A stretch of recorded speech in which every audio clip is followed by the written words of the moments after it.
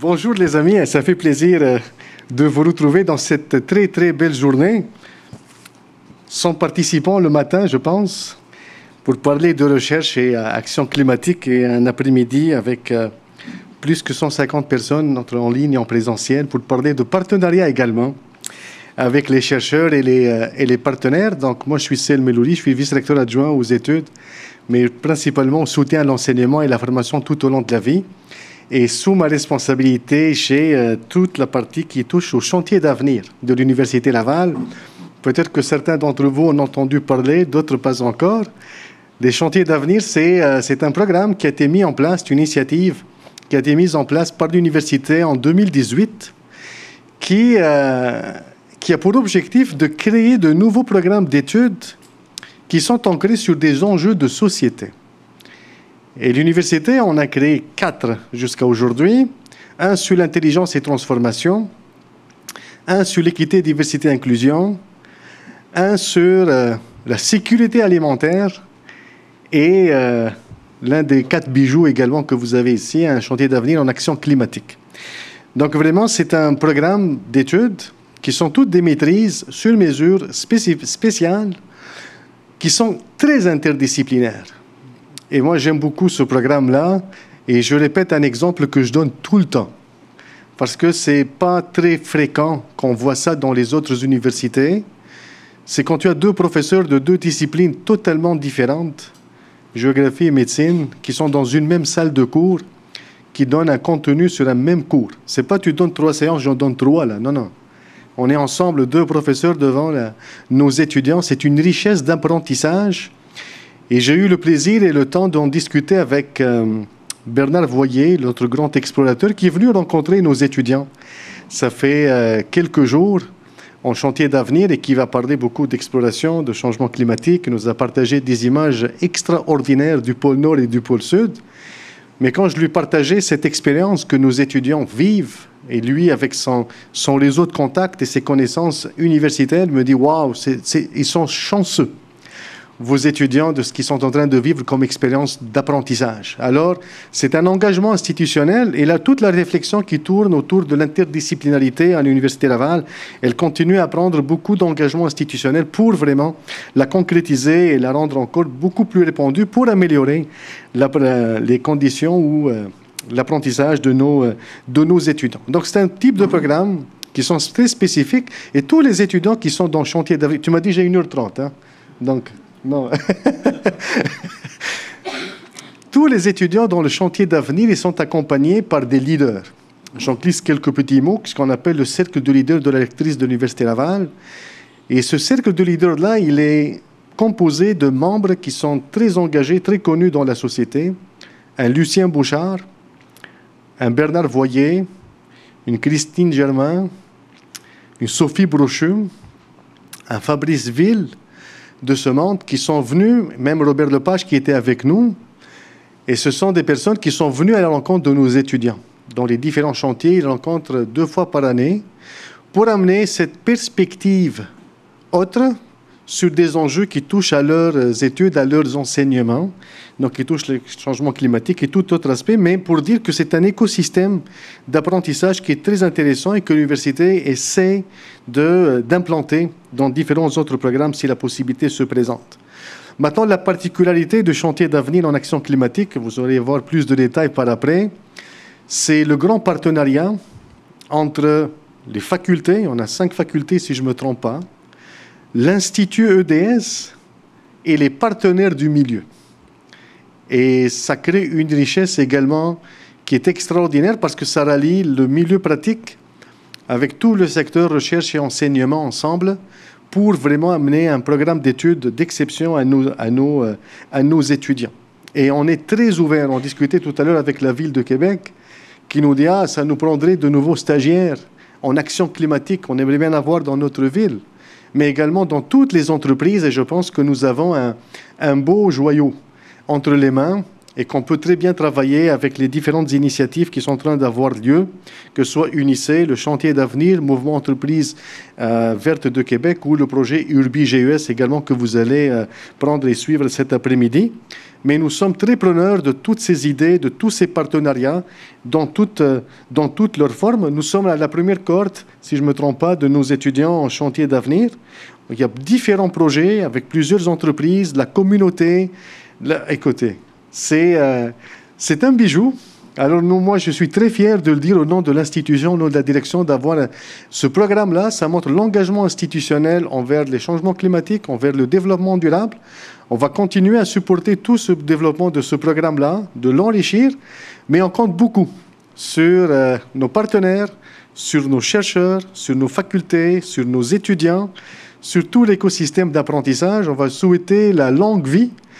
Je remercie beaucoup Marc-André pour tout son leadership. Je remercie beaucoup Étienne également pour tout son leadership, la mise en place également de ce programme-là. Mais comptez sur nous, l'Institut, les facultés, les étudiants, les partenaires, pour vraiment faire rayonner et faire grandir ce très beau programme. Je vous souhaite un très bel après-midi. Je vais rester avec vous jusqu'à 3 heures. Mais après ça, c'est la tour qui m'appelle de l'autre côté à 3h05. Mais je vous souhaite un bel après-midi et bon travail. Merci beaucoup. Merci beaucoup, M. Milouli. Donc, rapidement, je voulais vous mentionner aussi, on a parlé de l'avant-midi, on a parlé de l'après-midi, mais sur l'heure du midi aussi, il y a eu une activité symbolique, toute spéciale, qui était la plantation d'un arbre pour la première cohorte du chantier d'avenir en action climatique. Donc, on souhaite remercier chaleureusement, puis Marc-André notamment, le directeur de la maîtrise, là, qui me soufflait les mots à l'oreille, de bien remercier, bien sûr, le collectif Canopé qui a fourni l'arbre, puis le collectif Canopé qui est aussi soutenu par la Ville de Québec. Donc voilà, l'idée, c'est de pouvoir planter un arbre à chaque année pour illustrer les différentes années de la cohorte de la maîtrise. Puis, si vous souhaitez, ça va être près du stade TELUS, à l'ouest du stade TELUS, ça va devenir le boisé du chantier d'avenir en action climatique. Donc, merci bien sûr aux participants présents qui étaient avec nous ce midi, puis aux précieux commanditaires. Voilà pour ce qui est du colloque là, qui a été bien introduit par M. Milouli. Il s'agit du colloque des étudiants du chantier d'avenir en action climatique. Puis j'invite M. Dominique Lejeune, qui est lui-même étudiant du chantier d'avenir en action climatique de la maîtrise sur mesure, et il sera modérateur et animateur là, pour la prochaine heure et demie environ. À toi, M. Lejeune. Monsieur Sel Milouli, Monsieur Marc-André Bourgault, merci d'avoir organisé cette journée-là. Cher public, chers partenaires, bienvenue à ce panel de l'action climatique. Au cours des derniers mois, j'ai eu la chance de voir ces étudiantes et ces étudiants collaborer avec la collectivité pour mettre sur pied des projets qui sont plus que nécessaires aujourd'hui. C'est donc un grand plaisir pour moi de pouvoir diriger cette discussion aujourd'hui et de faire rayonner le travail de mes collègues. 2 thématiques seront abordées. Tout d'abord, la consommation et mode de vie, et par la suite, après une pause, l'aménagement urbain. Chaque personne aura un droit de parole de 5 minutes pour répondre à une question permettant d'explorer leur projet. Nous aurons par la suite une période d'échange de plus ou moins 15 minutes où les partenaires qui sont dans la salle seront invités à poser des questions et par la suite, le grand public. Je commencerai en invitant mes invités, M. Raphaël Barry, Mme Frédérique Bray-Chaput et Mme Astrid Guillaume à venir prendre place à l'avant, s'il vous plaît. Nous avons sur le diapo une 4e personne. Malheureusement, elle a eu un empêchement aujourd'hui. Elle ne pourra pas être présente. On remercie tout de même Marie-Joëlle Lepage, qui est très impliquée au sein de la maîtrise. Oui, il faut se placer en ordre. Ah, il faut se mettre en ordre. Bon. Voilà. Parfait. Donc, Monsieur Raphaël Barry, pardonnez-moi si parfois je vous vois, parfois je vous tutoie. Raphaël, son projet, c'est le développement d'un site web à vocation éducative sur les enjeux climatiques. Son partenaire de projet dans le milieu est le groupe de recherche sur la communication marketing climatique de l'Université Laval, qui est notamment responsable du baromètre de l'action climatique au Québec. Donc, on va commencer tout de suite, Raphaël, avec la question suivante. Ton projet de site Internet Pareto offre une réponse à quelle problématique sociétale? Merci, Dominique. En fait, c'est de faciliter le passage à l'action des citoyens québécois sensibilisés aux enjeux climatiques. Parce que je ne sais pas si pour vous autres, c'est évident de dire qu'est-ce qui est le plus efficace qu'on peut faire comme citoyen. Je pense que même ici, on est déjà un groupe qui est quand même déjà sensibilisé aux enjeux, mais ce n'est pas quelque chose qui nécessairement est évident. Donc, nous autres, on veut vraiment être capable de voir comment agir efficacement pour le climat. Ça, c'est une des actions qu'on va observer. C'est beaucoup tout ce qui est l'aspect de la littératie des actions climatiques. Donc, vraiment, c'est quoi ces actions-là vraiment qui vont faire le plus la différence? Parce qu'on le voit, il y a beaucoup de désir d'agir, mais souvent, ça va être un peu éparpillé. Bon, parfait, je veux manger moins de viande, je vais prendre moins ma voiture. Il va y avoir des gestes de consommation. Après ça, il va y avoir des gestes citoyens, il va y avoir des gestes professionnels, mais ce n'est pas nécessairement clair de c'est quoi l'efficacité de ces gestes-là. Donc, le but avec ça, c'est de faire une sorte d'orienteur des actions pour être capable d'avoir une sorte de portrait clair de c'est quoi, si je devrais mettre mon budget d'effort à un certain endroit, c'est sur quels aspects que ça va vraiment faire le plus bouger l'aiguille. Donc, ça vient vraiment un peu plus aussi, pour répondre à ta question, ça vient répondre au sentiment d'impuissance qui est de la part de la population, du monde qui veulent agir, mais qui ne savent pas quoi faire. Donc, c'est vraiment le but de ce projet-là. Merci beaucoup. Nous passons à Mme Frédérique Bréchappuis. Son projet intitulé « Une municipalité interconnectée intermodale ». Son partenaire dans la collectivité est Action Transition. Donc, la question que je vous pose, quels sont les objectifs principaux du projet de transport alternatif? Oui, merci Dominique. Comme moi, je vais te tutoyer à la bonne franquette. Comme tu l'as mentionné, je suis en partenariat avec l'organisme Action Transition, qui est un OBNL qui œuvre à Stoneham et Tewksbury, donc dans la couronne nord de Québec. Ils ont différents axes d'intervention, dont celui de la mobilité durable. Donc, c'est sur cet enjeu-là que je m'attarde avec eux. Et leur projet s'appelle une municipalité interconnectée et multimodale, dis-je bien. Et c'est après avoir fait un diagnostic territorial, ils se sont rendus compte qu'il y a une majorité des déplacements qui sont faits en auto-solo dans la municipalité et qu'il y a aussi quand même une majorité de citoyens qui disent « Moi, j'aimerais ça, me déplacer autrement, faire des choix de mobilité plus durables, mais les alternatives ne me semblent pas accessibles. » Et il y a le constat aussi plus général qu'il n'y a pas un mode de transport qui, à lui seul, peut vraiment aller rivaliser avec l'auto-solo quand on est dans un milieu rural ou périurbain dans notre cas. Donc, c'est un peu ça qui mène au désir ou au besoin de faire de Stoneham et Tewksbury une municipalité interconnectée et multimodale, donc de pouvoir combiner différentes façons de se déplacer quand on a à se rendre d'un point A à un point B. Le projet a évidemment plusieurs composantes, qu'on pense à l'aménagement de sentiers multifonctions pour la mobilité active, un pôle d'échange multimodal pour changer de mode de transport dans un lieu sécuritaire et agréable. Il y a du service d'autopartage et de vélopartage qui est prévu. Et ultimement, à chacune de ces étapes-là, c'est de faire aussi des campagnes de changement de comportement. Et donc, c'est dans cette dernière composante que mon projet de recherche va s'inscrire. Vous comprenez que ce qui est visé, c'est d'inviter puis d'encourager les gens à délaisser un peu la voiture individuelle pour emprunter d'autres modes de transport. Donc, que les citoyens, finalement, de Stoneham et Tewksbury puissent diminuer le ratio des déplacements qui sont faits en voiture.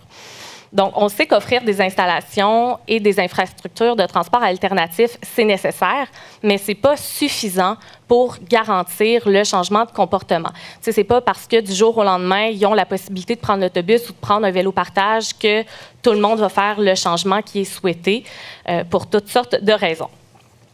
Et tout ça, ça m'a mené à m'intéresser au concept de dépendance à l'automobile qui a émergé dans les années 80 et qui a été sollicité depuis pour rendre compte du fait que nos systèmes de transport qui sont axés sur la voiture individuelle privée, c'est comme un cercle vicieux dont il est vraiment difficile de se déprendre. Et cette dépendance qui est à la fois à l'échelle individuelle et sociétale est due, entre autres, par des facteurs structuraux, là, comme l'aménagement du territoire, mais aussi par des facteurs psychosociaux, là, comme les normes, les habitudes et tout ça. Là, je suis un peu confuse sur le temps. Est-ce qu'on avait 5 minutes d'une shot? OK, fait que je peux continuer. Là. OK, j'essaie de me réaligner rapidement, mais super. Alors, donc, ces facteurs structuraux et les facteurs psychosociaux, ça fait en sorte que notre dépendance individuelle et sociétale à l'automobile nous empêche, ou en tout cas nous rend ça beaucoup plus laborieux de transitionner vers des systèmes de transport qui sont plus durables. Et là, j'en arrive à mon projet de recherche, finalement, un grand détour pour ça, mais qui est d'étudier plus en profondeur le concept de dépendance à l'automobile pour connaître, comprendre l'enjeu sur lequel on veut agir dans le cadre du projet plus global d'action transition. Et le but, c'est d'aller identifier les leviers et les obstacles au changement de comportement, donc pour briser notre dépendance à l'automobile, comme je le disais un peu plus tôt, dans un objectif de la réduire et dans un contexte périurbain. Donc, le but de la recherche, ce que j'espère, c'est fournir une base théorique et locale à la campagne de changement de comportement d'action transition. Et pour faire ça, je vais avoir évidemment une revue de littérature, des entretiens semi-dirigés avec des experts issus de toutes sortes de disciplines variées, mais qui, quand même, ont une expertise en mobilité durable. Et finalement, ça va être d'aller ancrer la recherche dans le contexte local de Stoneham et Tewksbury en faisant un entretien collectif avec les gens de la municipalité pour voir ce qui est réaliste et réalisable selon le contexte social, politique et économique de Stoneham et Tewksbury. Et l'idée, c'est d'arriver à des propositions qui seront à la fois solides théoriquement et réalistes ici à Stoneham et Tewksbury pour déployer une campagne de changement de comportement de mobilité. Voilà. Merci beaucoup, Frédéric. Oui, c'est intimidant ce temps qui nous dit. On a le temps normal en blanc et quand on dépasse, ça devient rouge, flash. Donc voilà. Astrid, oui. Ton projet s'intitule « Bonification de la durabilité de l'offre alimentaire sur le campus de l'université ». Tu es en partenariat avec Service Campus. Oui. La question que je souhaite te poser, c'est quel changement souhaites-tu apporter dans l'offre alimentaire de l'université avec ton projet? Merci Dominique pour cette question. Bonsoir à tous. Avant de rentrer dans le vif du sujet pour répondre à la question, je vais juste préciser d'abord que la grande partie de mon projet va consister à calculer l'empreinte carbone de tous les aliments qui sont achetés à l'année et qui sont destinés à la vente sur le campus de l'Université Laval. Et les changements qu'on aimerait voir, en fait, c'est à l'issue de ce processus que je viens de décrire, ce serait d'améliorer en continu l'éco-efficience des repas, de tous les aliments qui sont proposés sur le campus. Donc, l'éco-efficience, c'est quoi? Dans le système alimentaire, quand on fait appel à l'éco-efficience, ça appelle deux termes qu'il faut prendre en compte en même temps. D'une part, c'est d'avoir des repas ou des aliments avec une haute qualité nutritionnelle. Et d'autre part, il s'agit d'avoir l'empreinte climatique la plus faible possible. Quand on parle d'empreinte climatique, on fait référence aux GES qui sont liés aux produits alimentaires. Donc, maintenant que ça s'est dit, donc, pour résumer un peu le projet, donc, à l'heure d'aujourd'hui, l'Université Laval, le projet sur lequel je travaille, tout ce qui concerne... pardon, beaucoup de E, c'est très français, hein? Bon, on va m'excuser pour ça. Alors, tout ce qui concerne... en fait, je perds mes mots. On prend son temps. Oui, je prends mon temps, je respire. Merci de votre attention hein, et de votre indulgence. Donc, jusqu'à présent, sur le campus, l'état des lieux de l'empreinte carbone de tous les aliments n'a jamais été réalisé à cette échelle. Jusqu'à présent, il y avait quelques aliments qui avaient été étudiés, quelques menus qui avaient été étudiés sous le cadre de leur empreinte climatique, mais à l'échelle de tout ce qui est sur l'université, ça n'avait jamais été fait. Donc, c'est ce qui va être nouveau. Et donc, à l'issue de ce projet, j'ai vraiment hâte de découvrir, à titre personnel, quelle est l'empreinte carbone du secteur alimentaire de l'Université Laval. Et j'ai vraiment hâte de partager ça avec mes partenaires, justement, qui m'ont donné la chance, qui m'ont fait confiance pour travailler sur ce sujet. Voilà. Merci beaucoup, Astrid. Ça conclut le tour de parole des étudiantes et des étudiants. On va passer au tour de parole dans le public. Pour commencer, on a des partenaires dans la salle qui ont préparé quelques questions, donc on va les inviter, eux, à poser les questions en premier, et ensuite, le tour de parole sera ouvert à tout le monde. Donc, j'inviterai pour commencer Mme Annie-Pierre Mercier, de Service Campus. Le micro, oui. Elle est juste derrière, excuse-moi. Oui. Lève la main, Annie-Pierre. Oui. Oui, on m'entend. Parfait. Merci, Astrid. En fait, ma question, c'est si, par exemple, on voulait aller vers une offre alimentaire qui est plus végétale, ou ça peut aller dans divers sens après qu'on aura eu ton diagnostic, mais ce serait quoi les freins que tu verrais, justement, à bonifier l'offre alimentaire sur le campus? Merci pour cette question. Du coup, si on met de côté tout ce qui est question de santé, parce qu'il y a des personnes qui, pour des raisons de santé, ont des restrictions alimentaires, je dirais que l'un des freins qu'on va retrouver chez les autres personnes qui ne sont pas nécessairement tournées vers tout ce qui est végétarien, vegan, ce serait une question de perception. C'est ce qui revient d'abord, c'est ce qui revient le plus souvent dans les recherches, c'est vraiment une question de perception. Lorsque les gens qui ne sont pas végétariens voient le mot végé, tout ce qui contient le mot végé, il y a comme une résistance qui se crée parce que je ne suis pas végétarien, donc je vais regarder ce qu'il y a ailleurs dans le menu. Donc, il y a vraiment cette question de perception qu'il faudrait déjà, les idées reçues, déconstruire l'idée que ce qui est végétarien, c'est...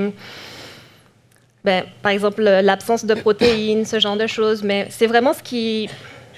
Oui, vraiment. D'abord, ce serait le contexte de la perception, et ensuite, dans le cadre de l'université en tant que telle, il faut aussi penser que la réalité des restaurateurs n'est pas la même que pour nous, parce qu'eux, ils ont des enjeux de personnel, ils ont des enjeux de temps, parce que passer de menus traditionnels à des menus végétariens, ça demande aussi une certaine expertise. Donc ça aussi, c'est à prendre en compte. Mais voilà, si je devais identifier les freins, ce serait vraiment d'abord la perception et ensuite de tenir compte de la réalité du terrain. Voilà. Si. Merci beaucoup, Astrid. Tu parlais de perception. Ça met bien la table pour la prochaine personne qui posera sa question. Madame Valériane Champagne-Saint-Arnaud, responsable du groupe de recherche sur la communication marketing climatique de l'Université Laval. Merci. Je m'excuse, c'est un très mauvais timing. Là, j'ai un chat dans la gorge.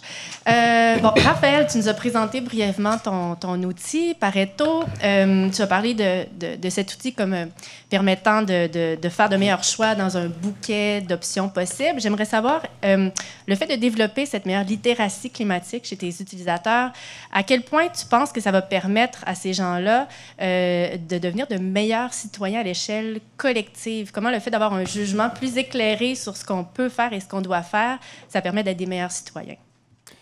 Oui, bien, en fait, je pense que ça va tout venir avoir une influence sur le... Tu sais, quand on parle de savoir c'est quoi les actions, c'est quoi leur impact, ça vient développer le sentiment d'efficacité personnelle, donc sur comment on est capable de voir l'impact de nos actions. Et d'avoir ce sentiment-là d'efficacité, bien, ça vient aider aussi tout ce qui est le phénomène d'agentivité, donc d'être plus proactif, de croire dans notre capacité d'agir en tant que citoyen. Donc déjà, d'avoir cette agentivité-là renouvelée, bien, ça nous incite justement à occuper plus nos chapeaux qu'on a comme individus. Oui, on a un chapeau consommateur, qu'on revient souvent avec les calculateurs d'empreintes, mais tout ce qui est le volet citoyen, c'est quelque chose qui est un petit peu moins étoffé, je dirais, dans la vulgarisation des actions qu'on peut prendre. Tout le volet professionnel aussi, c'est quoi l'influence qu'on peut avoir. Donc, je pense que le fait d'avoir un portrait clair comme ça et vulgarisé, ça va venir justement développer ce sentiment d'agentivité-là, puis ça va aider à faire de meilleurs citoyens. Merci beaucoup, Raphaël. On passerait au troisième partenaire, Action Transition, avec M. Simon Durocher. Merci beaucoup à vous trois. Des beaux projets de recherche à venir. Ma question pour Frédéric. Tu nous as parlé brièvement des éléments qui viennent influencer les changements de comportement. Dans un contexte périurbain et rural, quelles sont les difficultés particulières pour changer les comportements de mobilité? La première chose, le premier élément de réponse, c'est qu'il n'y a pas beaucoup d'études en contexte périurbain ou rural.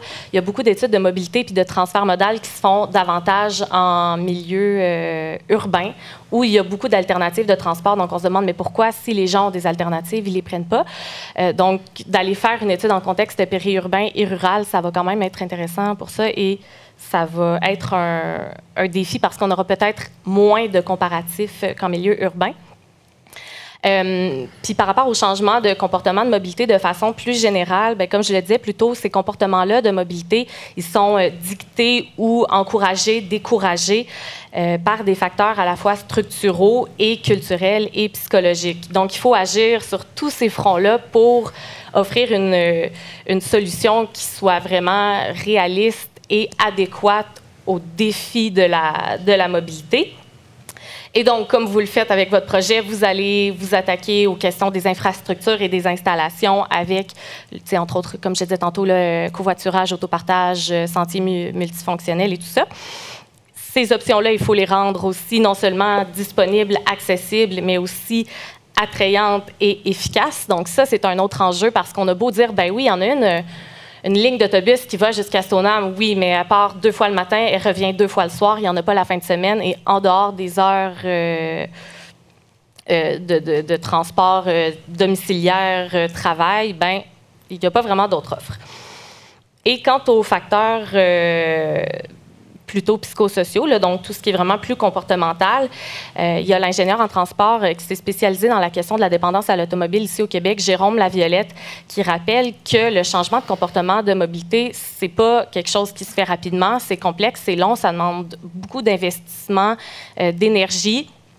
Et aussi, ben, c'est un processus qui se fait par étapes. Donc, c'est pas une fois un comportement comme ça, il est changé par magie. Donc, ça prend différents programmes qui vont venir accompagner le changement de comportement, aider le citoyen à changer ses habitudes et à l'accompagner tout au long, finalement, de ces étapes de son changement de comportement. J'ai parlé rapidement des habitudes. Bien, ça aussi, c'est un obstacle auquel on va certainement faire face parce que le poids des habitudes, il est très, très lourd. Si vous prenez ou quelqu'un prend son auto presque systématiquement pour se déplacer, lui offrir ou lui demander, l'encourager d'utiliser moins son auto pour favoriser d'autres modes de transport, bien, ça joue sur beaucoup d'autres aspects de la vie et des habitudes quotidiennes. Donc ça, les habitudes, le poids des habitudes puis la force de ce verrouillage des fois dans lequel on est ancré, bien, c'est un obstacle au changement de comportement. Puis comme le disait Astrid, puis Raphaël en a parlé aussi, tout ce qui est idées préconçues, stéréotypes, les facteurs affectifs ou symboliques qu'on attribue à l'automobile, particulièrement en Amérique du Nord et dans la ville de Québec, bien, ça aussi, ça va tout être des obstacles au changement de comportement de mobilité. Merci beaucoup. Merci beaucoup, Frédéric. Nous sommes rendus au grand public. Donc, simplement, levez la main. On va vous apporter un micro. Donnez votre nom juste pour commencer, puis posez votre question.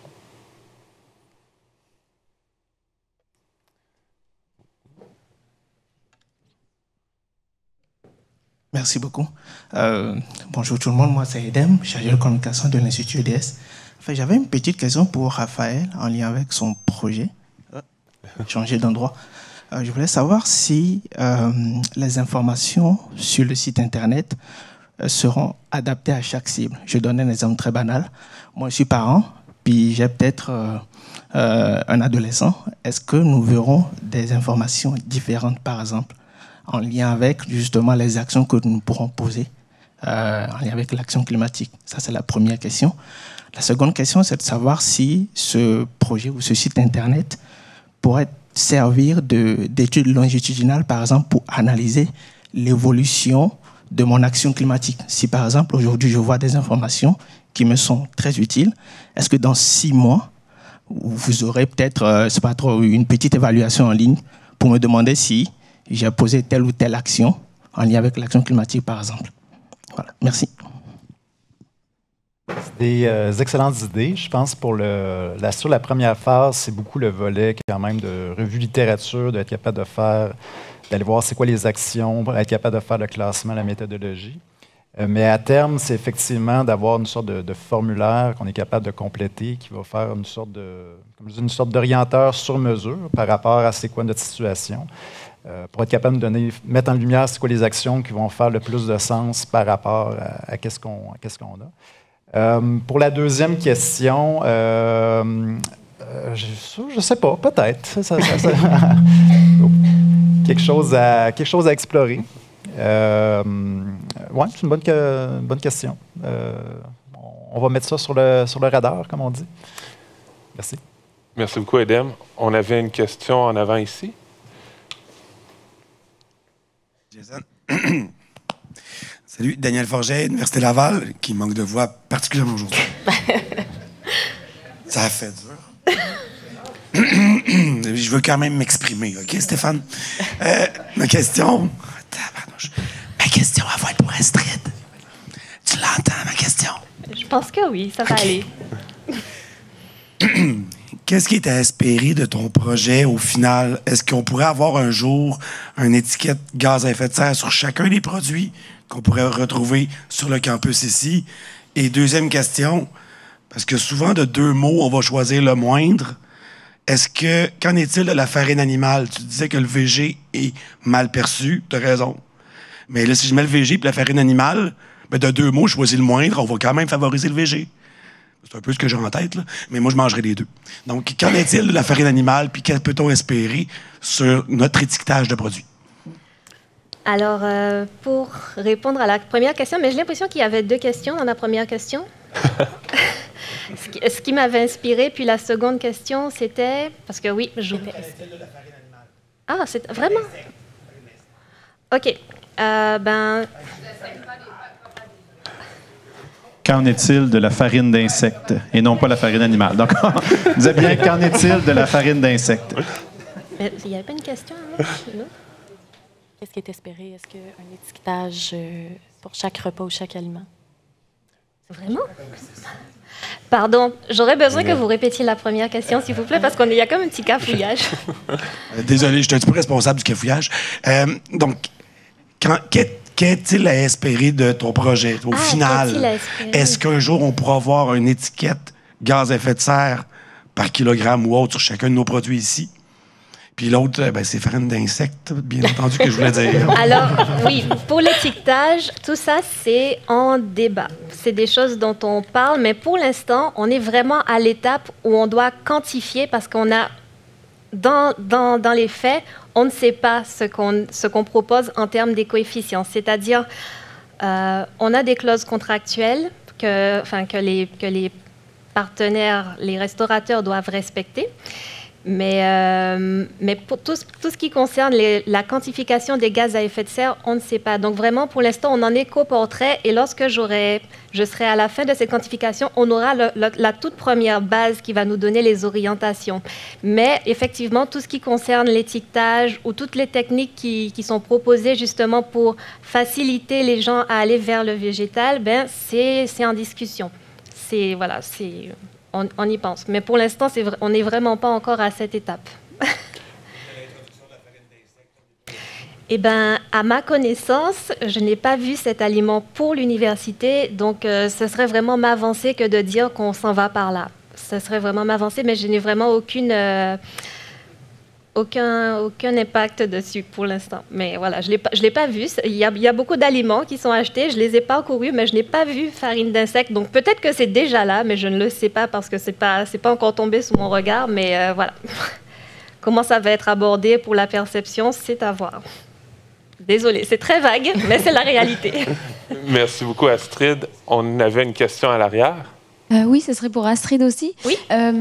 Concernant ton projet, je sais que c'est vraiment sur les coefficients ou mesurer les gaz à effet de serre, mais je me demandais, parce que je pense tout le temps qu'il y a certains projets, si on oublie la question équité, ou si on oublie les populations vulnérables, ou si on oublie même les aspects plus larges des changements climatiques qui sont la perte de biodiversité, est-ce que c'est des choses que vous allez vouloir étudier, ou en tout cas peut-être dans le futur, mais pour l'instant, j'imagine que vous êtes étape par étape peut-être, mais d'abord les GES, mais la notion d'équité, par exemple, quand je pense aux travailleurs agricoles étrangers où on parle de beaucoup d'abus de leurs droits qui travaillent sur les fermes agricoles au Canada, ou même quand on mange des animaux qui passent tous par un abattoir, où là les droits des travailleurs qui travaillent dans les abattoirs, c'est quand même des enjeux de santé mentale très importants, c'est des populations très vulnérables aussi. Et puis au niveau de la perte de biodiversité, les GES c'est un indicateur, mais peut-être que la surutilisation du sol ou certaines techniques d'agriculture sont peut-être plus nocives que d'autres. Donc est-ce que on va aller plus loin que juste les GES, l'équité ou la biodiversité, ou peu importe, dans votre projet? Dans l'idée de mon projet, oui, il faudrait prendre tout ça en compte. Mais dans les faits, l'indicateur de GES qui s'appelle changement climatique, il prend en compte normalement, parce que oui, il y a plusieurs sources de données à partir desquelles on va s'inspirer pour pouvoir déterminer l'empreinte climatique des produits, mais ça prend en compte le transport, ça prend en compte l'utilisation du sol, mais dans une certaine mesure. C'est quand même quelque chose de très complexe à évaluer. Par contre, effectivement, dans le cadre de mon projet, pouvoir s'intéresser à la question de l'équité, c'est un peu loin, mais il faut savoir que ce soit moi ou mes partenaires, c'est quand même quelque chose qui nous tient à cœur, dans le sens qu'on a conscience que ça existe, on sait que c'est là, mais par souci de rester focus sur un premier sujet, déjà de savoir où on en est aujourd'hui, ça sera un bon début. Mais quand est-ce que ça va se déployer? Quand est-ce qu'on aura l'occasion de se pencher sur les conditions des... Peut-être que ce ne sera pas nous, peut-être que ce sera une autre équipe, mais en tout cas, il nous faut déjà cette base pour commencer. Et voilà, mais on en a conscience. On en a conscience. Ce sont des sujets qui sont auxquels on pense. Parce que, mine de rien, j'ai parlé de l'empreinte carbone en priorité, mais effectivement, la notion d'abordabilité aussi compte. La notion de nutrition pour la santé aussi, ça compte. Mais c'est juste que ce n'est pas la majeure de mon projet. Mais oui, l'action climatique, c'est vraiment prendre en compte toutes les disciplines. Donc, c'est là. Merci pour la question, en tout cas. Merci beaucoup, Astrid. Il nous reste 2-3 minutes avant la pause de 15 heures. Est-ce que quelqu'un aurait une question peut-être en ligne? Non, pas en ligne. Donc, dans la salle. Je vais prendre le micro pour juste donner une petite précision au niveau de la maîtrise sur mesure en action climatique. C'est une maîtrise professionnelle. Les projets des étudiants, des projets d'intervention qui ont une durée de 3 sessions, dont une de planification, une de réalisation et ensuite la rédaction de leur livrable. Donc, c'est peut-être moins ambitieux que certains. On va voir des sujets qui peuvent être traités dans une maîtrise de recherche qui va durer beaucoup plus long. Donc, ça donne quand même le contexte là, pour les projets étudiants. Nous avons encore le temps pour une dernière question.